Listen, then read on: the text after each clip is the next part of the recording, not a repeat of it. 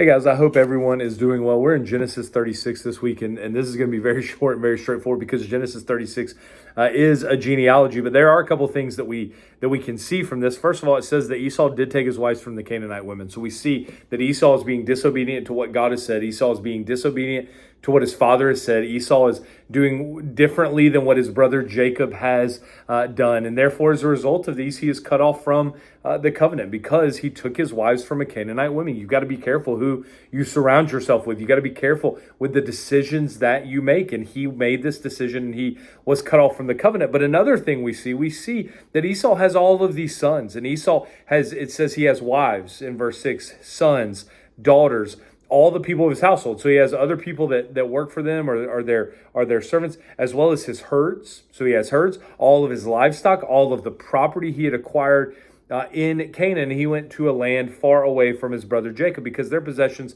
were too many for them to live together because of their herds. The land where they stayed could not support both of them. And so one of the things we see here is that Esau is still incredibly blessed. That Esau is still, he didn't get elected. His brother Jacob was the elected one. The line of the elect came through his brother Jacob. He didn't get elected, but he also didn't get rejected by God. God's blessing is still true because God is a faithful God no matter what we do. God is a God who is faithful. God is a God who keeps his promises. God is a God who keeps his end of the bargain no matter what.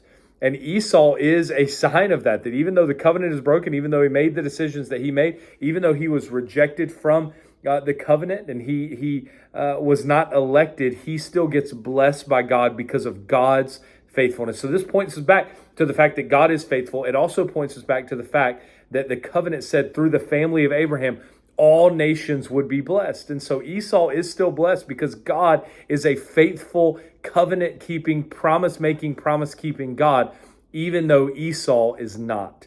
And so I hope that we can take some comfort from the fact that no matter what, God is faithful. God makes promises and God keeps those promises. God keeps his covenant to us as his people, including those of us who through faith in Christ are people of the new covenant. God keeps all of his promises to us, and we can find comfort in the fact that Esau, even though he wasn't in the elect line, he was still blessed because of God's faithfulness, because of God's covenant keeping, because of God's promise keeping, and because of the fact that all people will be blessed, all nations will be blessed through the family of Abraham. I told you it was short. We'll see you next week for Genesis 37.